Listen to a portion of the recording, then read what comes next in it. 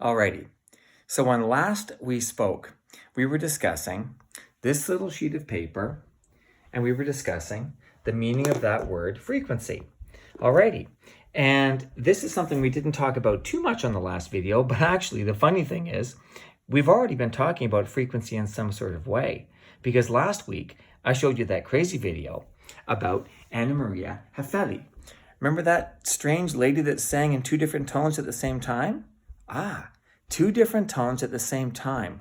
Two different frequencies. Look, sometimes she sang a very low note. Low notes, what we call low notes or low sounds, are made by frequency waves that are very much slower. And then sometimes she sang at a higher frequency.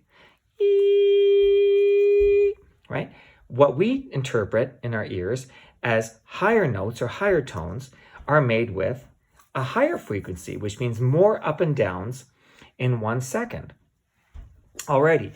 Now, Anna Maria Hefeli, she sang multiple frequencies at the same time.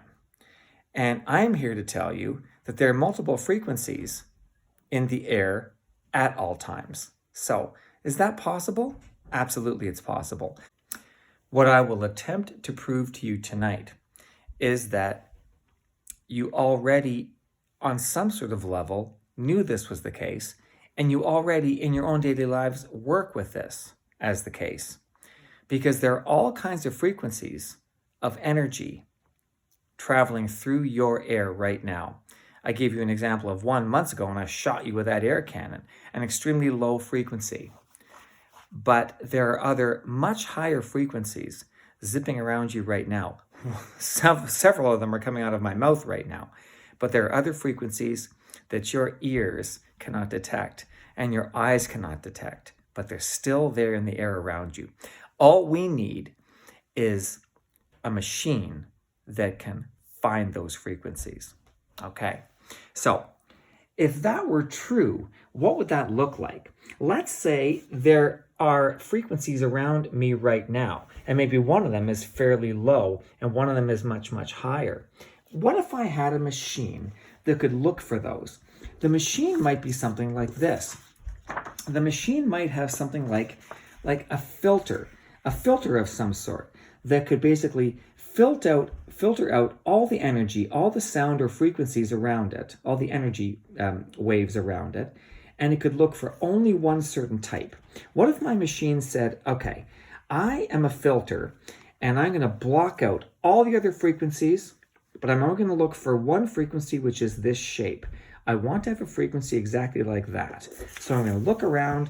Oh, I can't see it. I can't see it. I can't see it. I can't see it. I can't see it. Oh my gosh. Wait a second. I got it. There it is right there. Do you see? I've located that frequency. Everything else is blocked out, but I can see that line. There's the frequency right there. I can trace that line. And because I can trace that line, the signal can come into me. I can interpret that and I can make some sense out of it. Alrighty. Maybe the machine has another filter. Maybe the other filter looks like this. And the other filter, as you can probably gather, is trained to block out all the other energy waves coming around it and only look for energy waves that come into that shape, a much higher frequency. Alrighty, so same sort of thing. It looks around, it looks around, it looks around, it looks around. Oh, wait a second, I'm onto something, and there. Okay, now I've got it. There it is right there. Do you see?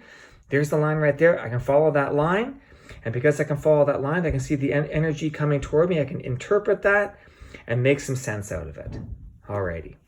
Now, here's where I'm going to freak your mind a bit. What if I turn the page? What if I lay those different frequencies on top of each other? Is that possible? Can my little filter still make sense out of that? Well, sure they can, absolutely. And that's exactly what our air looks like.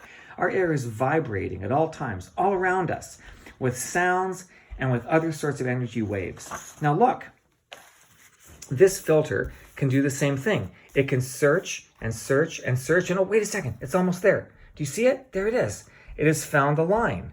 So it's blocking out the other signals, right? And it's found that line. There it is right there. Because it can trace that line, can follow it along, and that signal comes into the machine and it can interpret that signal as information, right? And this light, similarly, the high frequency one, it's like, okay, where is it? Where is it? Where is it? It's around there somewhere. I'm trying to find it. And where is it? Oh, there it is. I got it. I got it. Everything else is blocked out, but I can still trace that line. There it is right there. Now, some of you clever students will say, well, wait a second, I can still see that other line in there as well. Well, that's actually because I cut my filter rather roughly. I mean, I cut that with my hand. So if I were a more clever person with a better hand, I could have cut that filter a little tighter, and that could have isolated that line just perfectly, which means even the other little ones, you could not even hardly see them, and they would not interrupt the flow of information. Okay, so right about now you're saying to yourself, okay, you kind of lost me for a second. Frequencies, different sounds, different tones. Anna Maria Hefeli, the air is vibrating all around you. Okay, great. I guess that all makes some sort of sense, but a filter machine, a machine that has funny filters that go on top of things and try to find a certain signal, does that really exist? And the answer is, yes, it does exist, and you've probably used one in your life. I've got a nice one, and I want to show it to you right now. I'm quite proud of this one, actually. So let me take you over here right now, past our little sheet of paper, and I'm going to take you to this lovely, lovely machine right here. Not this one. We're going to get to that one in a second. This one, my old stock Bristol radio. Oh, I'm so proud of this one. I found it years ago, and it's just in perfect shape. It was barely ever used. Oh, I think my doggie's coming up behind me. She's going to be here in a second. Okay, what is it? Well, it's a radio. It's actually a very beautiful radio. Look, I'll open it up like this, and you're going to see that inside, oh, it's so lovely. When I was a kid, I wanted one of these so very badly, and I never got it. It was too expensive for me. But let me zoom in and I'll show you what it's all about, because what it has, of course, is a multiple dial. It's got dials. Oh, it's a bit dusty. I'm sorry about that. I apologize. I've not used it in a while. Hello, little doggy. My doggie's back to help. So it's got a multiple dial with multiple frequencies on it. It's got AM and it's got FM, and which most of you, the radios that you know in your cars, mom and dad's cars have. But it's also got shortwave band, air, public service band, and even CB band down here. And this right here, of course, the control knob, what is it? It's my filter changer. As I turn this knob left and right, what I do is I change the size and shape of the filter. This knob down here also lets me choose different types of filters to filter for different sorts of signals. So a moment ago, I showed you a very simple version. There it is right over there. And now I'm showing you a very practical day-to-day version of that right here. Now, I should also mention this to you. It's a very older and primitive radio. The newer radios, of course, would not have to have this, but because it's a very old radio, what I have to have is this, which is a huge whip antenna. Now, in the old days, the longer the antenna, the better the radio. And this one is just massive. It just keeps coming out forever. Now, you say to yourself, okay, so it's a great big metal stick. Even goes no further than that. I couldn't do that with one hand. It's a great big metal stick on top of that radio. And what in the world is that all about, right?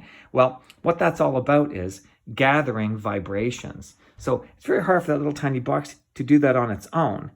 It wants to feel the air vibrating around it. So it wants to feel that like the same feeling that you felt when I smacked you with that air cannon, right? When you were waiting for that impulse, I flicked that air cannon back, and the impulse wave came towards you, and all of a sudden, boof, it just whacked into you. You felt it nice and firmly and strongly. Well, that little machine over there also wants to feel those impulses, and to help it do that, it's got that very long whip antenna, because the pulses will come into it, and bam. They will hit that, and they'll vibrate that, and the vibration will be picked up by the inside of the radio internals, and it'll be interpreted as a signal that actually makes some sense. Alrighty, so I'm going to pause here for a second and come back in just a moment. Alrighty, I just watched that video back to myself. I'm surprised. I think it's okay so far. I think I'm a bit surprised about how long it's turning into. So I think the video is getting quite long. I might have to break this into another piece. Now, so far what we have is, of course, multiple frequencies, frequencies around us, filters that can block out certain ones and find other ones, okay?